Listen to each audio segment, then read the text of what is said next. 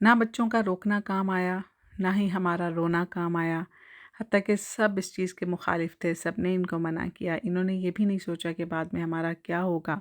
आखिरकार हस्बैंड जो हैं वो शादी के लिए हमें छोड़ के अकेला चले गए। सल्लल्लाहु अला हबीबिही मुहम्मद व आलिहि व अस्हाबिही अजमाइन। अस्सलाम वालेकुम मेरी फैमिली, कैसे हैं आप सब? आई होप आप सब ठीक-ठाक होंगे, खैरियत से होंगे, मज़े में होंगे। हम भी अल्हम्दुलिल्लाह बिल्कुल ठीक-ठाक हैं, खैरियत से हैं। मेरी दुआ है कि अल्लाह ताला आप सबको शात और आबाद रखें। जहाँ आप कदम रखें अल्लाह आपके लिए खैर और आसानी का मामला फरमाए, आमीन सुमा आमीन। शुरू करते हैं आज का व्लॉग। आई होप आप सबकी ईद बहुत अच्छी गुजरी होगी। अल्लाह ताला इसी तरह आपको ढेरों खुशियाँ, ढेरों ईदें अपनी फैमिली के साथ गुजारने की तौफ़ीक अता फरमाए, आमीन सुमा आमीन। हम निकले हुए थे बाहर, थोड़ा-सा नाश्ता किया क्योंकि हमारी एक अपॉइंटमेंट थी, बच्चों को स्कूल भेजा। यहाँ पे हमने डेट मारी, मैंने और मेरे हस्बैंड ने बैठ के आराम सुकून के साथ। और इतने मज़े के जो है ना बेकरी आइटम से फ्रेशली बेक हुए हुए थे। बहुत, बहुत, बहुत मज़ा आया। और उसके बाद हम अपने काम पे निकल पड़े। अच्छा मुझे ये बताएँ कि किस-किस के हस्बैंड को जो है ना वो दूसरी शादी का शौक है?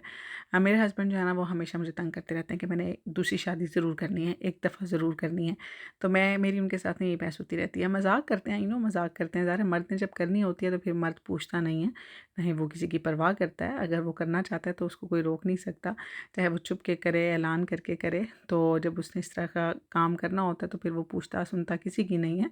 लेकिन ये है कि मेरे हस्बैंड जो है ना वो अक्सर मुझे टीज़ करते रहते हैं, मुझे तंग करते रहते हैं कि दूसरी शादी करनी है, दूसरी शादी की इजाज़त दे दो। बल्कि अक्सर मैं बीमार हो जाऊँ ना या मैं बोलूँ कि मेरी तबीयत ठीक नहीं है तो फ़ौरन से कहते हैं मैं तुम्हें पेपर ला के देता हूँ, उसके ऊपर साइन कर दो कि तुम मुझे परमिशन दे रही हो दूसरी शादी की। हमारे घर में हर टाइम यही चलता रहता है।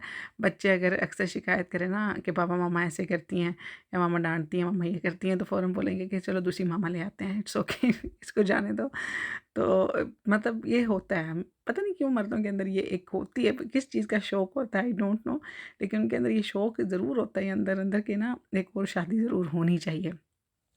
तो आप लोग बताएँ किस-किस के हस्बैंड को ना ये शौक जो है ना वो चढ़ता है, दौरा-सा पड़ता है कभी न कभी, किसी न किसी टाइम मेरे हस्बैंड को होता है कहीं न कहीं, तो मुझे अक्सर तंग करते रहते हैं, तो मैं तंग होती रहती हूँ। मैं भी कभी-कभी आगे से चिढ़ जाती हूँ, कभी-कभी गुस्सा कर लेती हूँ, कभी-कभी मज़ाक में उड़ा देती हूँ। तो बल्कि कभी-कभी सीरियसली पूछ भी लेती हूँ कि आप वाक़ई सीरियस हैं, आप वाक़ई करना चाहते हैं? और वो इतना पक्का मुँह बना के कहते हैं, हाँ जी, वाक़ई मैं तो करना चाहता हूँ। तो बस ये है कि जब मुझे मौका मिला तो मैं कर लूँगा। तो ये हमारे दरमियान में बहस जो है ना वो चलती रहती है। तो मैं उनको ये कहती हूँ कि सब कुछ तो कर रही हूँ मैं, तो फिर आपको दूसरी शादी की क्या ज़रूरत है? तो बस ये सारे सिलसिले चलते रहते हैं। तो आप लोग बताएँ ऐसा किसके साथ होता है? किस-किस के हस्बैंड जो है ना वो इस तरह करके टीज़ करते रहते हैं अपनी वाइफ़्स को? और इसके अलावा अभी जो मैंने आपको बताया कि हस्बैंड जो हैं वो हमें छोड़ के चले गए, इसकी स्टोरी मैं आपको आगे चल के बताती हूँ। बड़ी दुखी स्टोरी है ये भी। तो ये भी आपके साथ शेयर करनी चाहिए। हम लोग आ गए थे मार्केट में, कुछ चीज़ें घर में ख़त्म हुई हुई थी, वो लेनी थी, तो हमने सोचा कि जाने से पहले ये भी साथ में लेके चलते हैं, क्योंकि ईद के दिनों में हमने बाहर नहीं निकले एज़ सच, तो कोई चीज़ खरीदी भी नहीं। तो आज हमने सोचा कि चलें जो थोड़ी बहुत चीज़ें रह गई हैं वो भी यहाँ से लेके चले जाते हैं। तो यहाँ पे हम एंटर हो गए थे और उसके बाद जनाब आजकल मेरे बच्चे ना पता नहीं किसकी नज़रों में आए हुए हैं। पहले तलहा का मुँह जो है ना वो ख़राब हुआ हुआ था, उसके बाद हमज़ा को एलर्जी हो गई और भाई का जो पूरा मुँह है ना वो स्वेल हो गया, उसकी आँखें, उसकी चीक्स अजीब किस्म की एलर्जी हुई हुई है, बारीक-बारीक दाने निकल आए हैं। तो उसके लिए भी उसका अपॉइंटमेंट है, तो अभी हॉस्पिटल जाना है उसको लेके। बस दुआ करें कि अल्लाह ताला जो है ना मेरे बच्चों को न नज़र बद से महफूज़ फ़रमाएँ। आप लोग भी जब भी देखें तो प्लीज़ माशाल्लाह ज़रूर बोला करें। और सबके बच्चों को अल्लाह ताला इसी तरह महफूज़ रखें, अपनी हिफ्ज़ व अमान में रखें। क्योंकि बच्चे जब बीमार हो जाते हैं ना तो बड़ा मुश्किल हो जाता है बच्चों को सँभालना। और अभी हस्बैंड फिर चले गए हैं और फिर मुझे अकेले जब सँभालना पड़ता है ना फिर मुझे बड़ा मसला बनता है। क्योंकि लास्ट टाइम हस्बैंड जब लास्ट ईयर पाकिस्तान गए थे तो हम तलहा का बाजू फ्रैक्चर हो गया, उसकी वजह से मुझे इतना मसला बना। तो ये जो सीन्स होते हैं ना फिर बड़ा मुश्किल हो जाता है, क्योंकि लैंग्वेज बैरियर भी है, मुझे इतना ख़ास बोलना भी नहीं आता। फिर यहाँ से ना भाग दौड़ का जो सिलसिला शुरू होता है ना वो फिर रुकता नहीं है मेरा। तो इस वजह से जनाब, और बताएँ ईद पे क्या-क्या पकवान बनाए आपने? क्या-क्या बनाया आपने? मैं तो लास्ट वीडियो में बता चुकी हूँ कि मैंने कोई इतनी ख़ास जो है ना वो नहीं की कुकिंग। यहाँ पे जी अब समर स्टार्ट है और टूरिज़्म अरूज पे है। जो है ना टूरिस्ट आए जा रहे हैं, मेट्रो में इतना रश होता है। आम रूटीन में भी यहाँ पे हम ये रमला में आए हुए थे और यहाँ पे इतना रश है कि बस आपको बताया ही नहीं जा सकता। तो बस उसके बाद मैंने बनाया आटे का हलवा, बहुत मज़े का बना था। मैं इनफेक्ट टिकटॉक देख रही थी और टिकटॉक पे एकदम मेरे सामने आया आटे का हलवा, तो मैंने सोचा कि चलें इसको बनाते हैं। तो मैं उसी टाइम उठी और मैंने ये रेसिपी ट्राई की, बहुत मज़े का बना था, बहुत सॉफ्ट सा। मीन अगर आपके पास सूजी नहीं है ना, तो आप बड़े आराम से आटे का हलवा बना सकते हैं। यहाँ पे मैंने 1 कप ऑयल लिया था, ये सारी क्वांटिटी एक जैसी जाएगी। 1 कप ऑयल, 1 कप आटा, 1 कप चीनी और उसके बाद सब्ज़ इलायची मैंने डाली थोड़ी-सी। तो बाकी आपको पता है कि आटे जो हलवे में क्वांटिटी होती है ना, ऑयल या घी जो आपने लेना है, और इसके अलावा जो सूजी, आटा और चीनी, तीनों की क्वांटिटी सेम होगी। चीनी आप ऊपर नीचे कर सकते हैं, अगर आपको ज़्यादा मीठा चाहिए तो ठीक है, वरना फिर आप थोड़ी-सी कम भी डाल सकते हैं, थोड़ी-सी ज़्यादा भी डाल सकते हैं। उसके बाद ड्राई फ्रूट्स ऑप्शनल हैं, आपकी मर्ज़ी है डालें या ना डालें। यहाँ पे मैंने फ्लेम को थोड़ा मीडियम रखा था और उसके बाद जनाब मैंने आटा डाला और उसके बाद मैंने आटे को भूनना शुरू किया। आटे को आपने इतना भून लेना है कि अच्छी तरह से ब्राउन हो जाए, मतलब आपको सही ब्राउन ब्राउन आना चाहिए, वरना आटे का जो कच्चापन है ना वो जाएगा नहीं और फिर इस तरह लगेगा जैसे आप आटा ही खा रहे हैं। तो इसकी भुनाई आपने बड़े अच्छे तरीके से कर लेनी है और एंड पे आपको इसी तरह इसमें से खुशबू आना शुरू हो जाएगी, इस तरह सूजी में से खुशबू आती है।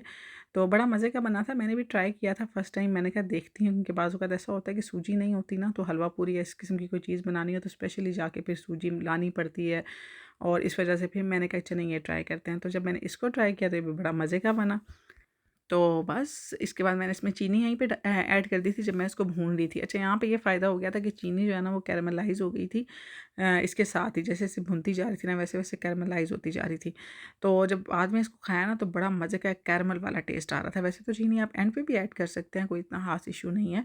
लेकिन ये है कि अगर आप यहाँ पे मेरी तरह ऐड कर देंगे ना, तो यहाँ पे चीनी जो है ना वो कैरेमलाइज़ होना शुरू हो जाएगी और प्यारा-सा एक जो है ना खुशबू भी कैरेमल वाली आएगी आपके इसमें से, हलवे में से, और बीच में ना क्रंच भी आएगा कैरेमल वाला।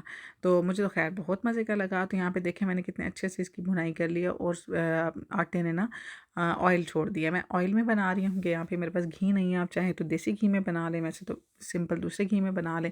और थोड़ा-थोड़ा करके आप इसके अंदर पानी डालते जाएँ ताकि लम्प्स ना बने, और इस तरह आप इसको मिक्स करते जाएँ। पानी ज़्यादा नहीं डालना, मैंने सिर्फ़ तकरीबन 2 कप पानी डाला था। इस तरह हम सूजी में डालते हैं ना बहुत ज़्यादा, वैसा नहीं डालना आपने। इस तरह आपने थोड़ा-सा इसके अंदर पानी डालना है, उसके बाद आपने इसकी फुल फ्लेम पे भुनाई करते जाना है।